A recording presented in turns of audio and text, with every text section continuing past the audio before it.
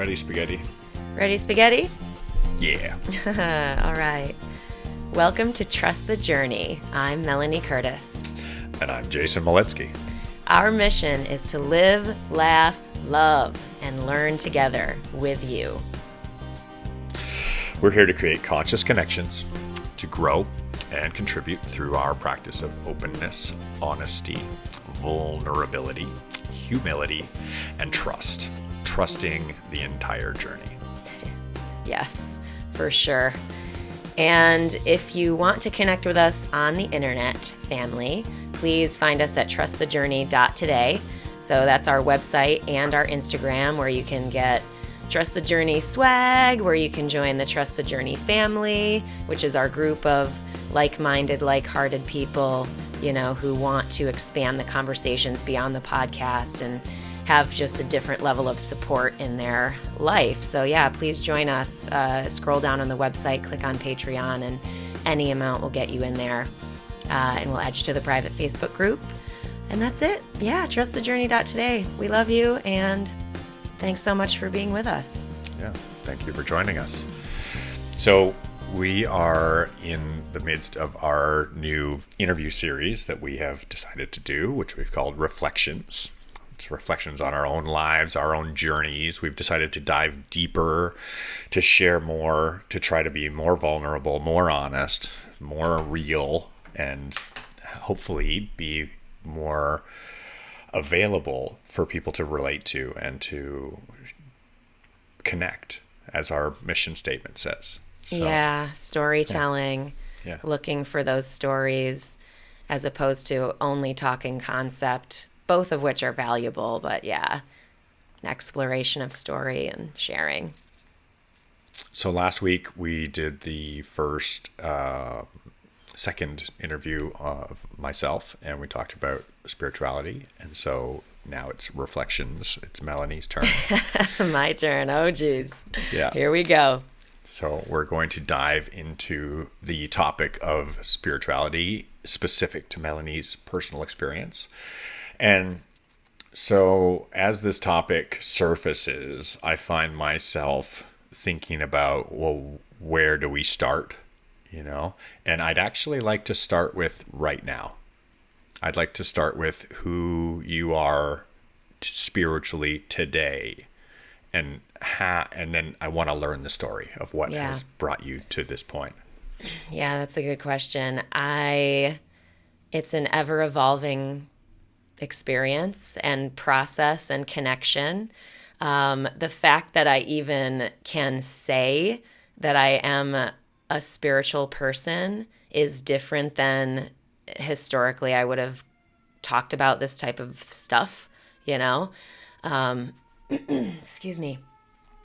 So yeah, I've very much leaned into a spiritual practice over the last 5 years, 6 years max.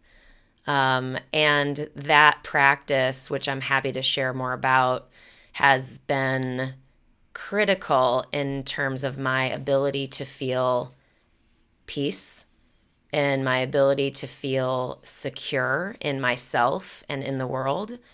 It has deepened my relationships. My spiritual practice has elevated every part of my life, including my business success. It is and was the missing piece of my success, quote unquote. What people would, I think, externally look at as success, which I had a lot of before I was sort of in this realm, in this zone of practice. But yeah, it's very apparent to me looking back that it was the key thing I was missing. Now, it's interesting to hear how you describe it as the key, like the most important element, kind of like the cornerstone that actually holds everything else up. And I think that for a lot of us, sometimes it's easy to forget that we are spiritual beings and that we are rooted in some journey that we're living, and we get distracted by all the things that are happening all the time, and we forget that the spiritual side of it is really the underpinning of the entire experience. And the day to day, our goals, our families, our jobs, our surviving, our bank accounts, our travel, our trips, all those things are very fulfilling of our time and our thoughts and our consciousness. So, what changed? What got your attention away from Melsenor and MelanieCurtis.com and this success driven individual that said, I need something else? Yeah. It's a very simple answer. Excruciating, extreme pain. Like massive life breakdown, massive breakdown of self, reaching, having what you would think would elicit feelings of happiness and peace and contentment. And I was in an experience of being in the most pain of my life. So that type of pain and heartbreak and hurt and confusion, true confusion, I think leads a person, at least it did me, to seeking to being willing to explore ideas that I was not willing to explore before. And I think that's a key thing for lots of things. But yeah, relative to spirituality, and this is, I began my story, and I think it's important because we can talk about these big concepts, but they're not going to land if people don't know where I came from, I feel like. And so I feel compelled to say I started with religion. I started with, and I have connection to the experiences I've had with religion relative to my family members, which I'd like to share about. But, I started as a, Christian girl who grew up in a Christian household. And, we went to church on Easter and Christmas for a couple of times, and then we never went back. It's kind of like we were non-practicing in a lot of ways, but we considered ourselves Christian, and that was not something I thought much about as a young person until I started questioning it and going, like what the hell? Like I don't, this doesn't make any sense. Like I had that experience of starting to question the religious doctrine because it seemed confusing to me after having believed it my whole life. And that happened when I was probably around 23 or 24. That questioning started. So you just answered two questions for me that I was actually waiting to pose, and it gives some context. And so what I want to reflect on here is, you say that you started in religion. So do you define yourself as a religious person now? No, 100% not. No, but I spiritual person. I say I'm a spiritual person. Yeah, my current language that I use is the universe. I trust the universe. I feel connected. We are one. Those types of things are where I reside now and feel deeply connected to and deeply believe in. And you're wearing your universe shirt. Fuck yeah, I wore it on purpose. My space shirt had to be on this episode. I figured. So, okay, so what tipped you what was, so not the pain that happened later in life, but earlier in life, where did the doubts start coming in? Where did the questions start rising? What were the things that started to have you questioning the authority of the religious doctrine, saying, with being told what the answers are and saying, I don't know if I like this. Yeah, totally. It was because two of my best friends and four-way skydiving teammates, and these two are still two of my best friends in the whole world. They're so wonderful. So I had two extremes, and I was sort of in the middle. So my friend Lou, he was a staunch atheist, like loud talking Jersey boy, would tell you all day long, talk about atheism forever and really argue his point on atheism. And that was, interesting and influential conversation in my life. And then on the other side of the house, I had my friend Steve, who was a staunch Christian, super, super, like mega love Jesus, and really practiced and cared, and still is today a very, very religious person. Anyway, so in between these two sort of polar opposite conversations, and by the way, two of my best friends, right? And that's one thing I think is really beautiful about our friendship, is that we could have such, divisive conversations and still be completely loving and caring and supportive of one another as people. And still to this day, same thing. So anyway, because of their influence and my questioning around, and my sort of beginning to question just religion, I thought about it and I said to myself, and I basically, because I was like almost worried, or not worried, I was almost like sick of thinking about it. If that makes sense. I sort of Totally got get it. I got Yes. to a point where I was like, I'm sick of thinking about it, and I said, I am an atheist. And I like said, I'm an atheist, and I put it in and I said it, and I'm like, yes. And it was like almost a rebellion against the just needing to think about this. What is the answer to this thing, this question? And so I said that for, I don't know how long, but it basically got me out of the uncomfortable, like the discomfort of being in that conversation with myself, because I said this thing and I made a decision. I say this a lot to life coaching clients, that certainty is very seductive. And that was a very good example of that for me, because fast forward, I'm now saying I'm an atheist. I don't know. I don't remember how long this lasted, but I think it was a couple of years or maybe a year or something like that. But I had this experience of feeling really sad at the idea of atheism. And it manifested in me emotionally, such that I was in the car one day. I mean, the people who know Elsinore, Skydive Elsinore, will recognize this, but we were sitting outside of a sushi restaurant in Lake Elsinore, California.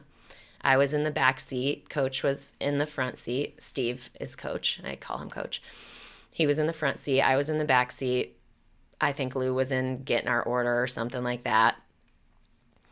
And I told him, I said, I just feel like that's not, I just feel like this, like no, like atheism, it doesn't feel right to me, like, and I cried and I was like, I don't know if I believe in God, and I don't know if I whatever, but I'm almost getting choked up thinking about it, because it was a really pivotal point in my spiritual journey, as in my exploration of these ideas, because I finally acknowledged to myself that I didn't know, but that I felt something. And so I cried. I told Steve that I didn't know. And I basically went back on and said, okay, I'm not an atheist. I believe something is happening in this world, and I don't understand it. And that's where I'm at right now. I find it very human to observe that these like pivotal moments happen, like sitting in a car outside a sushi restaurant, where it's there's no big spiritual revolution like breakthrough in some ceremony or temple, or at some big religious thing. It's like literally the little moments where you're just sitting with somebody who you trust, who you can talk to, and coming to a moment with yourself and being like, I don't feel good about this. Yeah. And really it's the inward reflection of how you feel about it that is telling the true story. Yeah. And being willing and brave enough to honor that and to vocalize it to someone you trust and to So, yourself. so tell me about your grandma, please. I would like to hear how your relationship with her, and speaking Yeah. of somebody you trust, how this Yeah. relates to who Melanie Curtis has become. Yes, my gram has a has a really significant role in my spiritual self, and this is my mom's mom. She also a devout Christian. So in this time of confusion for me, I never used to be the person who would call my family and talk about emotional things. I kept it kind of, positive. I didn't really show those sort of vulnerable sides of myself to my family as much as I do now, by certainly. But it was definitely a defense mechanism of just not wanting to feel vulnerable, not wanting to have the emotions come up that were relative to the things that were there for me. So this was an exploration that I decidedly was brave in that respect. And I talked to both my grandmother and my mom about this. And I called my gram and I asked her, like, why do you believe? Like, why do you believe in this? I don't understand. Like, really curiously asking her, like, I wanted to know genuinely. And she shared a story about my aunt. Oh gosh, I could cry thinking about this. Oh. My gram is so awesome.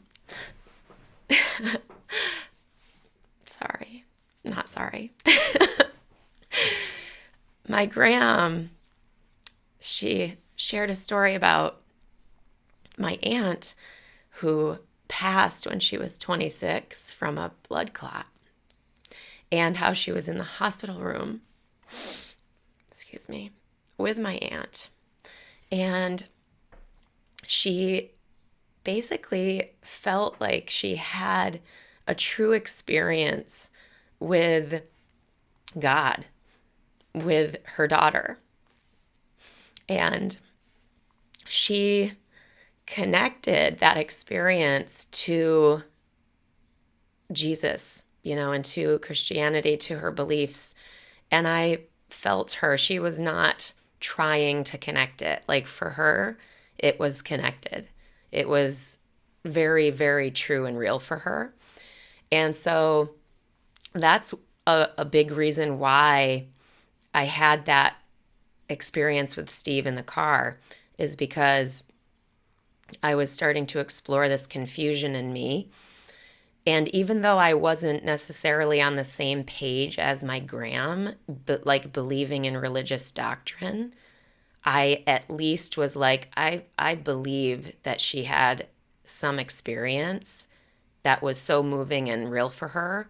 And I believe that's real and possible for me. I just don't know what that means. So I'm okay to leave it open ended. But it moved me deeply to know that. And so, yeah, the first part of how my grandmother influences my spiritual path. I just want to point out there's something really beautiful about this journey where we're kind of given a pass a lot of the time to just go through our lives without really being forced to any kind of notable observation or having to make a choice. Like there's these periods that we live that are very kind of middle of the road. And it's when we get the great big variations, like the big lows and the big highs, that we relate more to the spiritual experience, right? For So sure. births, deaths, top of the list, right? New lives coming and going, new lives coming and full lives ending.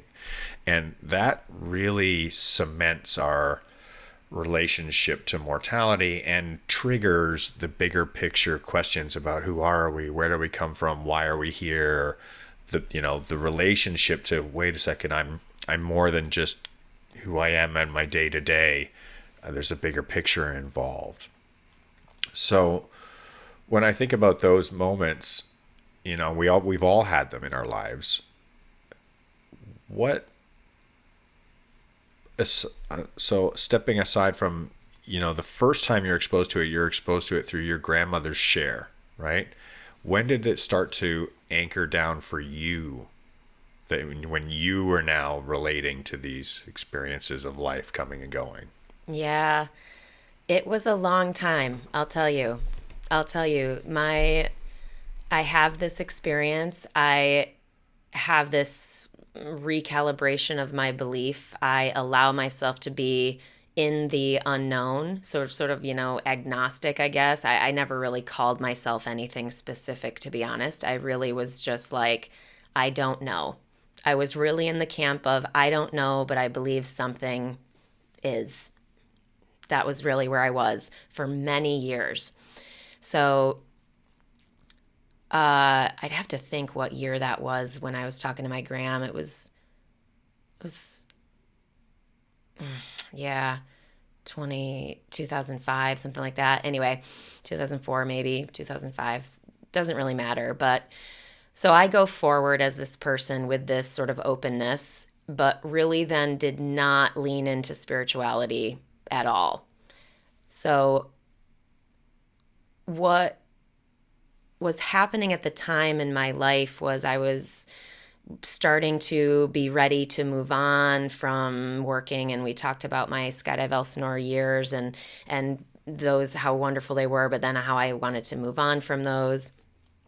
One of the things that I did in that time was I went to New Zealand and Australia on a really large trip. I went for like 3 week trip. And that was something that I had never done in my adult life, who was very committed to, I have a job, I have to work, I have to show up every day, I only have certain amount of vacation days and this and that. And luckily, I again sort of was brave against my ideology of I can't go on a trip like that. And I asked, and I basically tried to figure out how to make that happen, and I was able to make it happen. So I go on this trip, and I am in New Zealand, and I'm reading the book Eat, Pray, Love, which is by one of my key mentors, Elizabeth Gilbert. This is partly why she is one of my mentors, is this experience I'm about to share with you. So I'm in this lodge in New Zealand. We had just gotten there, and I'm alone. I'm laying on a couch, and I'm looking out these amazing windows. It's sort of this big, tall, if you can imagine a big, tall, like A-frame, just whole wall of windows looking out onto Mount Cook in New Zealand. And again, I'm by myself, and I'm reading this book that I can't put down. And I finish the book, and I don't even remember like the words or what she said at the end of the book or anything. But at the end of the book, I had this ecstatic moment and I said for many years that I counted this as my first enlightened experience, which I think is kind of comical using that, that word, enlightened, because, oh God, how much I had to learn. But and still do, good Lord. But I had this ecstatic experience of freedom, of I just burst into ecstatic tears, ecstatic laughter, ecstatic joy. And I just was, and that's just what happened. And so that to me felt very spiritual, like something is right about this. I don't necessarily know what it is, but I, again, sort of counted that as an enlightened moment for a long time. But that's pretty much it for a while. So you're once again touching on an inner connection, something quiet, something simple, not a big moment, just an inward feeling of this feels right. Something about this is correct. Something about this is a knowing. Yeah? Yes. That's really interesting. I hear this repeated theme of the inward reflection being the bigger story in the whole tell, and I hear that in my own experience too, of like it's the gut they say listen to your gut. It's that we know what's right and wrong in our belly. Yeah. It's interesting. So tell me more Yeah. about what brings you further along on this journey. Yeah. And so obviously earlier I mentioned the excruciating pain, massive life breakdown, which I laugh because the extremity of life is so comical to me.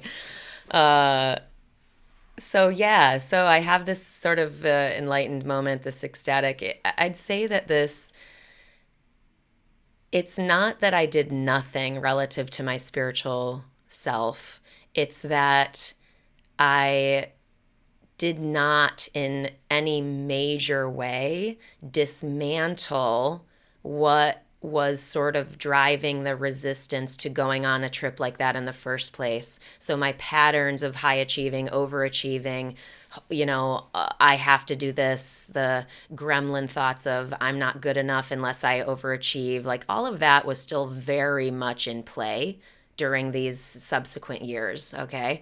So that's, I think, really important to know because that then builds into what becomes the big breakdown, which I'll talk about more. But so, how spirituality showed up in the multiple years after that moment was in my creating and in the ways I was connecting in my friendships. So, friendships have been very deep for me in my life too, very, very important to my spiritual health. And I didn't even know it at the time, to be honest. But that connecting deeply with other people, with friends, was super important. So I did it through, so spiritual practice for me was essentially my writing, the way I would courageously self-express, both in writing and what I was creating, and in how I was showing up with friends and with people in my close circle.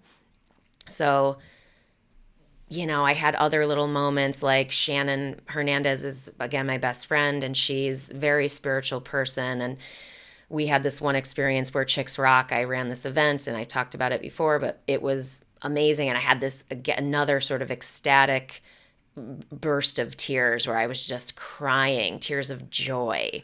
And I just couldn't even, and we were just sharing this beautiful moment of connection, but it was also very unclear this moment other than connection with her and connection with doing something good that felt right in terms of creating and facilitating joy and connection for others. But really, the next big thing, the next big major shift in my spiritual awareness and effort came when my life broke down.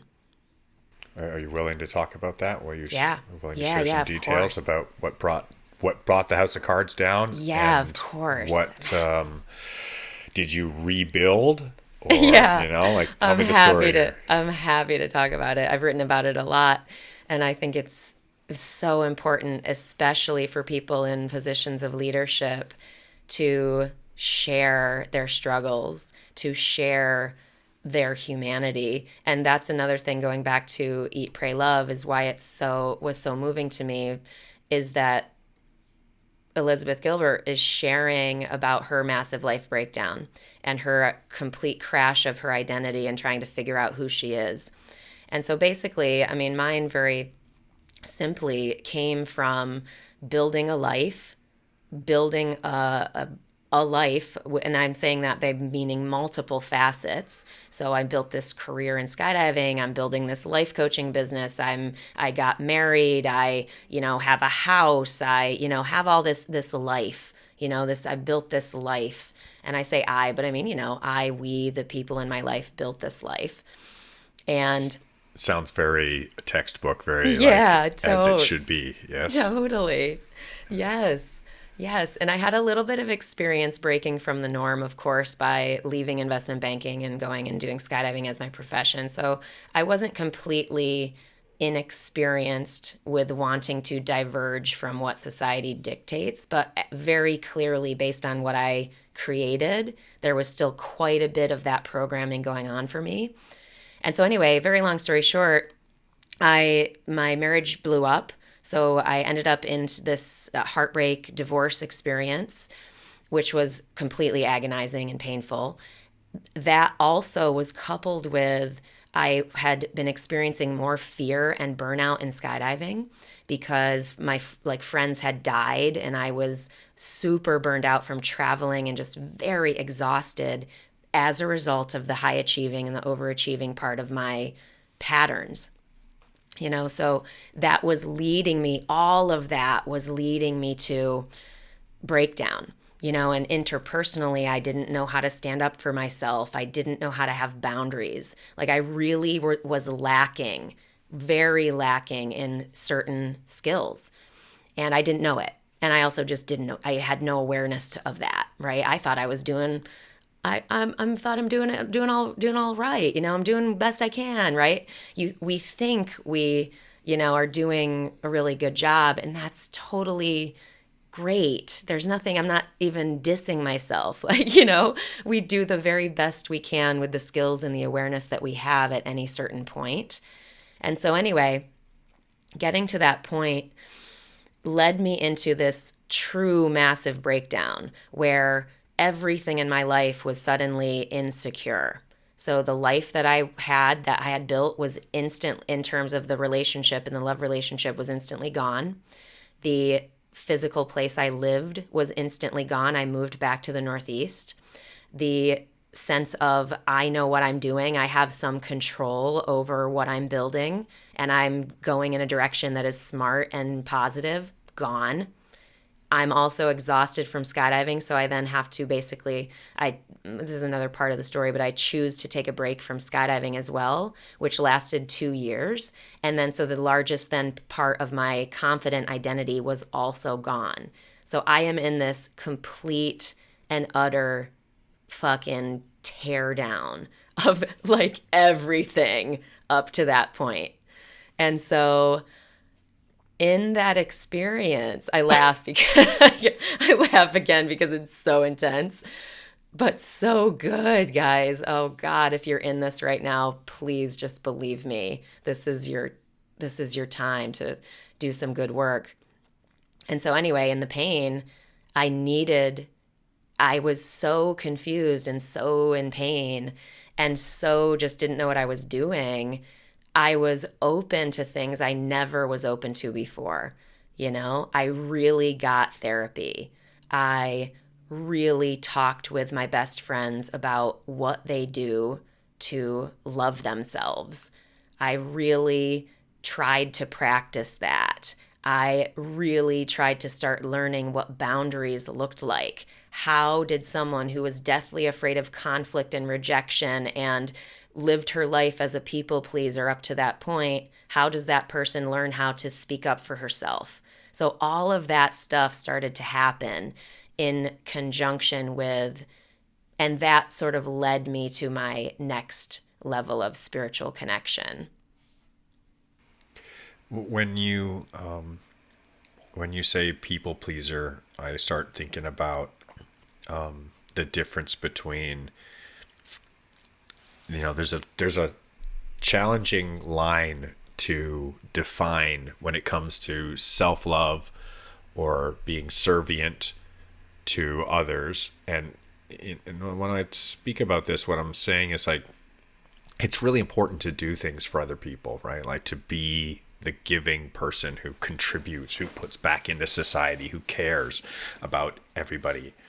And that's a really big part of who you are. It's a huge piece. It's very evident. Anybody who's ever encountered you knows that what Melanie does because she cares about everybody. And that caring about everybody also includes herself. And so it sounds to me like what I'm hearing from you is you realize that there needed to be a balance in this in some way. 100%. Yeah, and I didn't have the skills to do that, so I had to learn them. And so that took multiple years. This is not a short term, I have some awakening because I'm in deep pain. It's like I'm in deep pain and I'm dismantling patterns that have been around for a long time.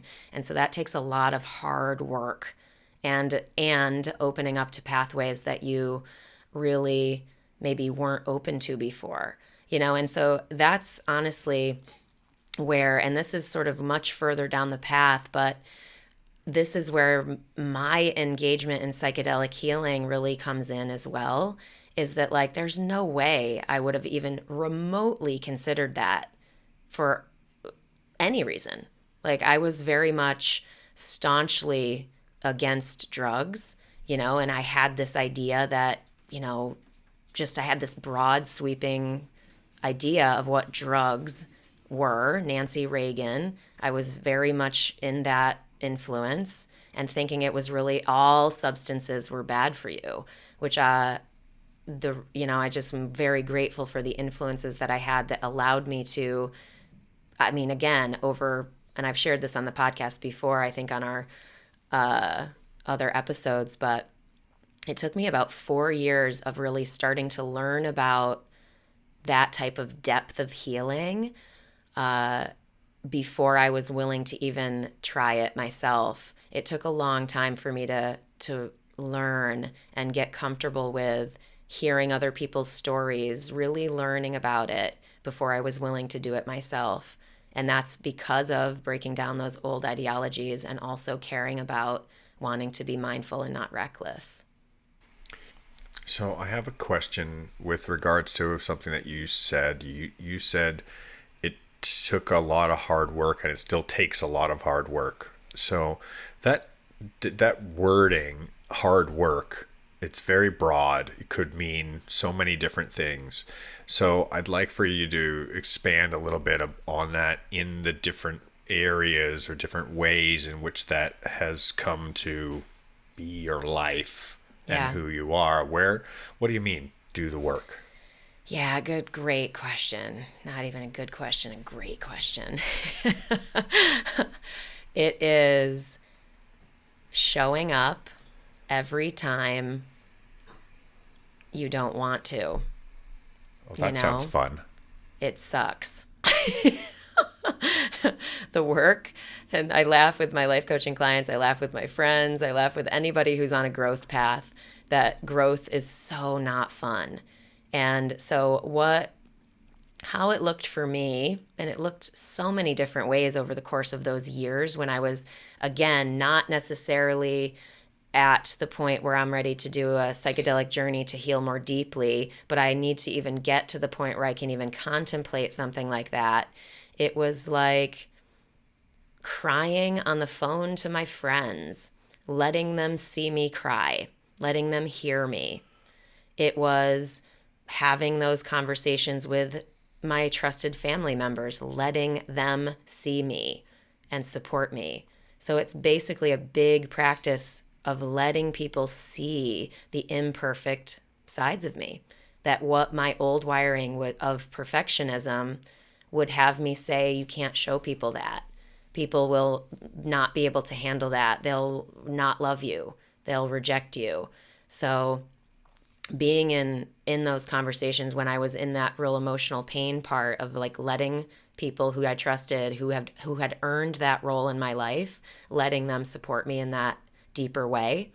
It also shows up in obviously the way that I write, like I talked about, being brave in my sharing and my willingness to contribute, like rising and believing and showing up for that value. Like if I can say I believe in courageous self-expression as my highest contribution to the world and myself, I can say that all day long. But if I don't show up on a podcast like this and be honest about my gram and cry about her, that's not really, you know what I mean? It's not like I need to cry, but you know what I'm saying? Like if I'm not really being willing to do that, if I'm not really like challenging myself and my edge, my comfort zone, then I'm not really living into those values. And so it showed up a lot like that. And it showed up even in, dating, where I really didn't want to get back out there. I really was just didn't want to do it, and then I had certain friends support me to just start because that's a part of my life I care about. And that's something I say to people a lot who are in that period and in that challenge where I'm like, I fiercely respect people who put in the effort for the areas of their life that they care about. And like I definitely care about having partnership and love relationship in my life. So I'm willing to challenge my feelings and move through them to grow. And so it looked like that, saying yes to a date when I maybe wanted to just stay home and be miserable. Stuff like that. It's not the easiest thing.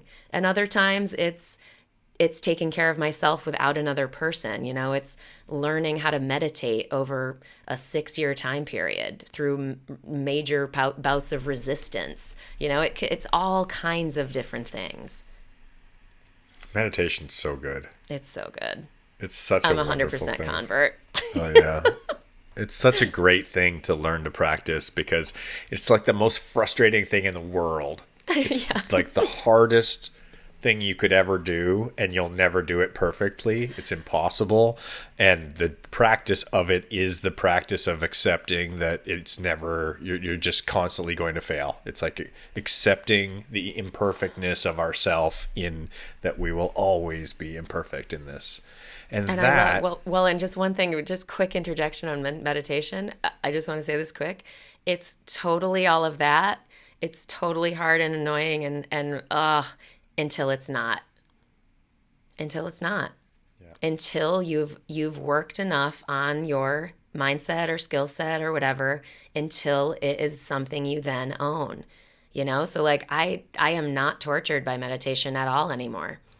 Do you laugh when you find that you're like, okay, I'm in my space, I've got my thing going on, and the next thing is you're at the grocery store and you're running some errand and you're talking to somebody and you're dealing with family and you're like, what in the hell? Wait, 1 second ago, I was totally in my space and now I'm totally on some tangent. The joys of the massive amount of opportunities we have to accept ourselves. So Ongoing. So anyway, go ahead. this is exactly the point that I wanted to talk about in what you just shared, was that what I heard you say was my ego was holding up the idea of who I am, right?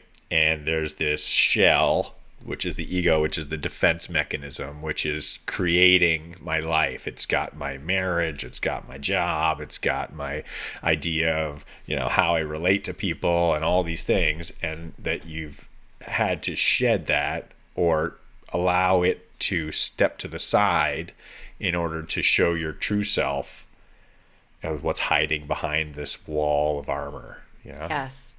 Oh yeah, I was absolutely for sure terrified. No question about it.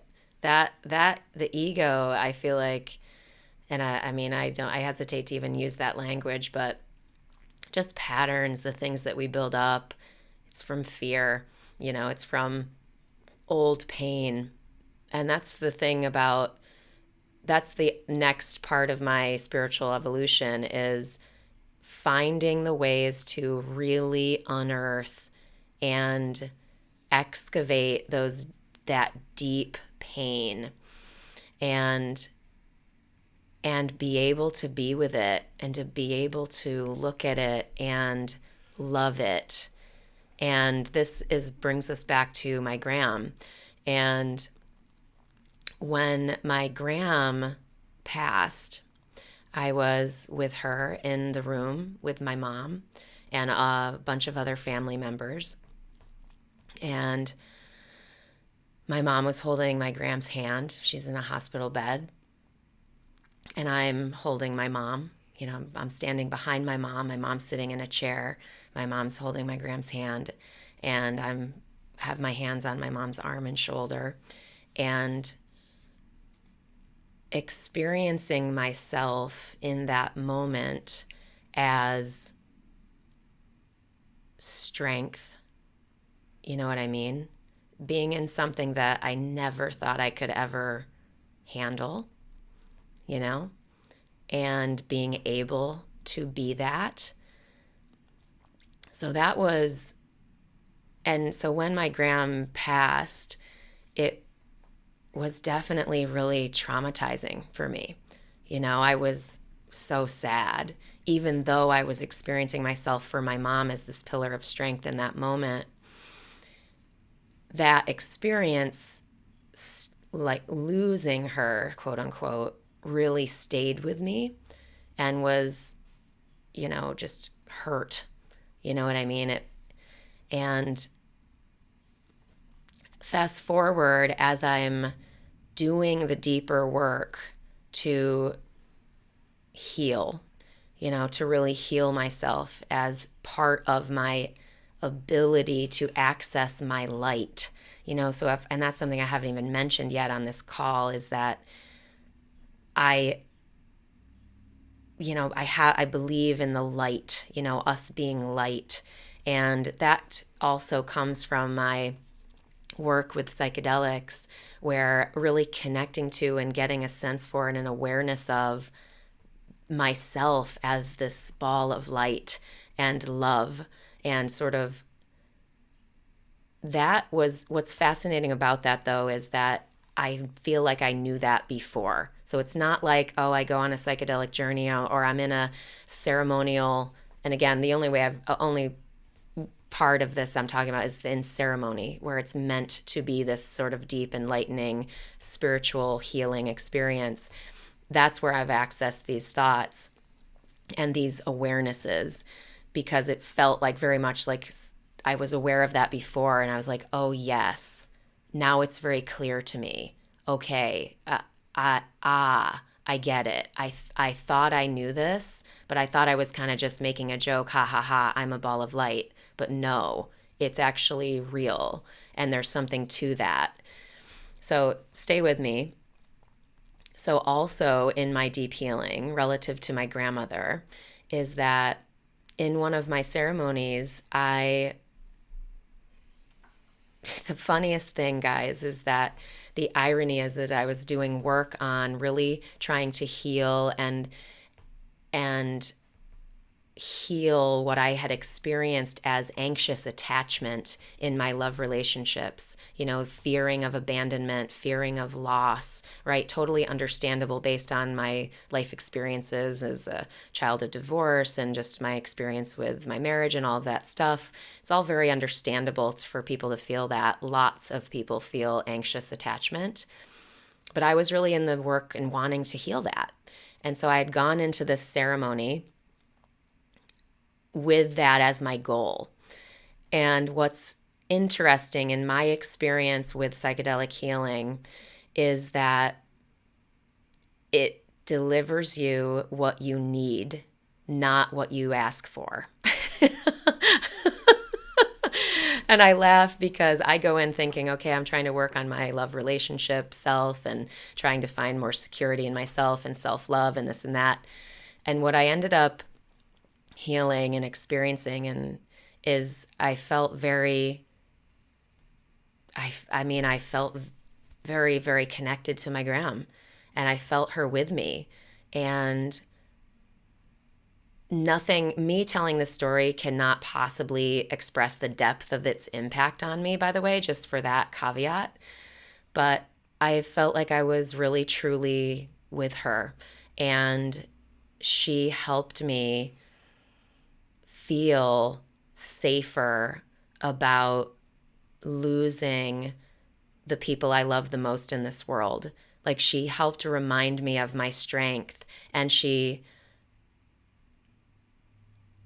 basically just said, basically just told me and sort of shared with me and just helped me see how strong I really am and how able I am to be with people and how able I am to weather these perceptible losses. And also, because we were together, it was also like, oh, it's not a loss.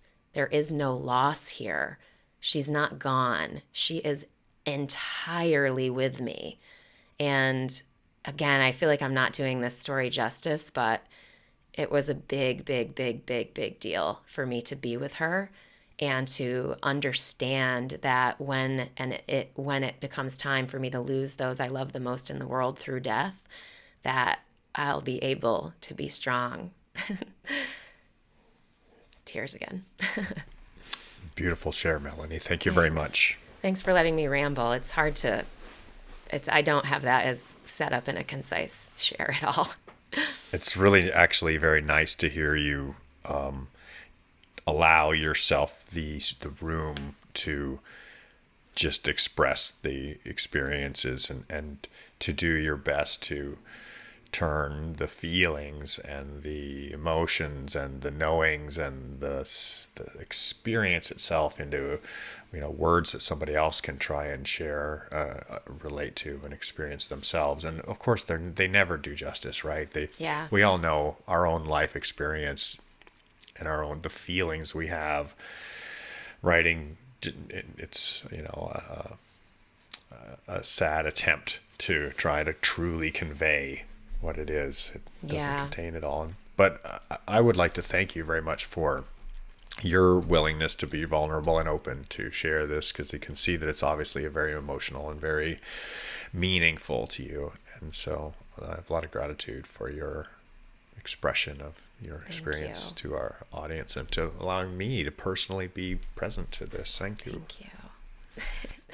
Yeah, and just to add to this too, is it's not that this for me, I hesitate also to too highly focus on the psychedelic. It's just that that was a place where I was really able to access spiritual depth and experiences through which I have been able to and continue to be able to access real, true, deep healing and spiritual centeredness and spiritual strength. But what's most wonderful about spiritual strength, or whatever you want to call it, this type of healing, this type of finding, and I don't even know finding, but uncovering ourselves and connecting with who we really feel we truly are, whatever that means, how we are so truly connected, and what we see in our waking life is so much more than meets the eye. That awareness brought back into everyday life. And this is the thing, is that we talked a lot about the work, is that it's not about, oh, go and have some spiritual awakening. It's about, okay, heal, have an awakening. Now, what are you going to do with that? What does that look like integrated into your life, right? Do you think that I am still a massive, highly overachiever person who does not take care of herself? You're wrong. I am not that person anymore. Why? Because I've integrated my growth and my awakenings into boots on the ground, pragmatic, real life. And same thing with connecting to my gram. Like I'm connected to her all the time. I see a lilac bush and I smell the lilac and I'm like, "Hi Graham, how are you?" We have a little chat, and it's awesome. And she's with me. You know what I mean? It's not like some big thing. I'm not, breaking down in tears every time I smell a lilac bush, but I'm with her. She's with me. And my gram is just a really key figure in my spiritual experience, but there's others in my life around that, but she's definitely the most significant. I think it's wonderful that you have that connection through the olfactory experience of smelling a lilac.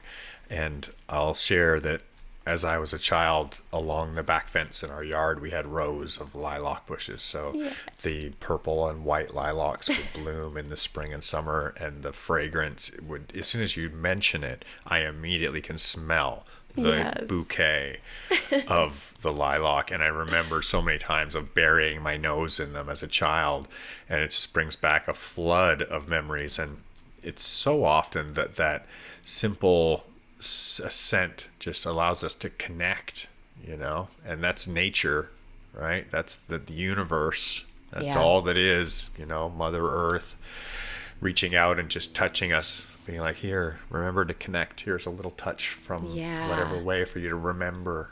It's so true.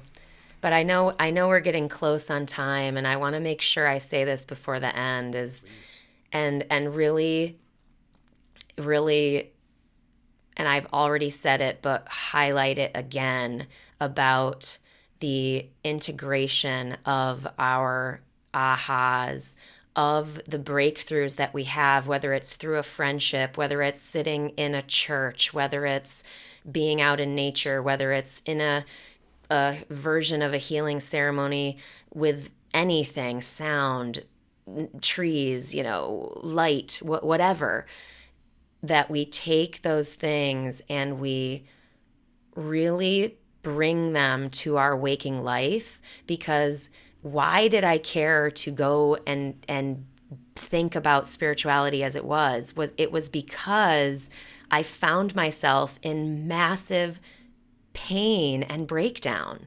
And so if we're looking for avenues to feel, and this is the thing, like, and I can also say, like, the work that I've done has worked. Like, now in love relationship, I am secure. It's not that I never feel anxious or never feel, some level of anxiety in various relationships or whatever, but like, it's worked. This work has worked for me. Like, I am a more secure person. I know how to affect boundaries. I know that it's love to affect boundaries. I have experience of myself being brave, owning that I'm a ball of light, even though that sounds fucking weird. You know what I mean? Like, that is the stuff that for me has been really, really important, and the actionable parts of my being a spiritual being, but also being someone who's not afraid to be that. You know what I mean? Who's really stepping into whatever that is. And so that's what my spiritual path looks like. Yours may look entirely different, and surely does. And so, anyway, I just call people to embrace whatever those paths look like for them and whatever calls to them. I have to just pick out the one thing that I really heard from you in there, which was the joyfulness that comes from embracing the insanity of just like, this sounds crazy, but I'm going with it. Because Yes. that ride in particular, when you just like, okay, I'm going to let go of concept of control. I'm going to let go of what I deem as right or wrong or okay or not okay or weird or normal.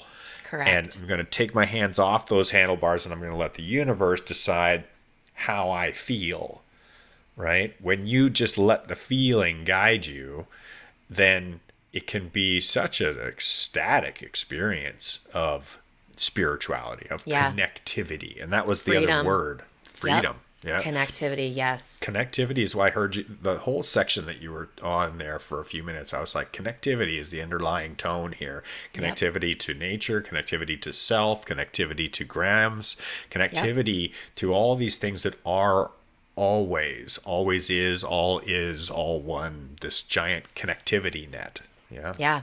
And that's one of the biggest pieces of healing, right? Because if I think about, and I talk about anxious attachment and anxiety and abandonment and fear of loss and all those things, that is centered in a unconscious belief that we are able to ever be disconnected. And so if my spiritual path has delivered me anything, and the work that I've done has delivered me anything, it's exactly that disconnection is an illusion. It's simply not real, that we are connected, and that even if it looks a certain way in my, waking life, it doesn't mean that disconnection on a spiritual sense is real. It's that, so yeah, that. I absolutely agree with you. I feel like a lot of one of the greatest potential reasons that we are here having a human experience is to feel what it's like to be alone or to be an individual, or the word I, the Right. experience of experience myself as an individual. And then the whole game is to remember that we're not. Yeah. There's no I, Right. That's the whole game. I love I that. is the first letter in the word is, and I So is everything. awesome. Yeah. That's so awesome. The game. Yes, the game. On that note, my friend, thank you very much for the space, for holding space for me to share that. And yeah, I just honor you, and I'm very grateful. That's my honor. Thank you very much for the share. It's such a pleasure to be in this space with you and to create this podcast for all of our listeners. So thank you to our audience for joining us for this episode and for allowing Melanie the space to share her spiritual experience with you. Yeah, for sure, guys. And it's so funny, but the tagline at the end of Trust the Journey is so real. You know, like we say it and it sounds kind of funny, like we're forcing a tagline, but it's so real. You know, like keep laughing, keep loving, and keep trusting the journey. If I didn't do that stuff, fuck, where would I be? Boom, high five. We love you guys. We love you.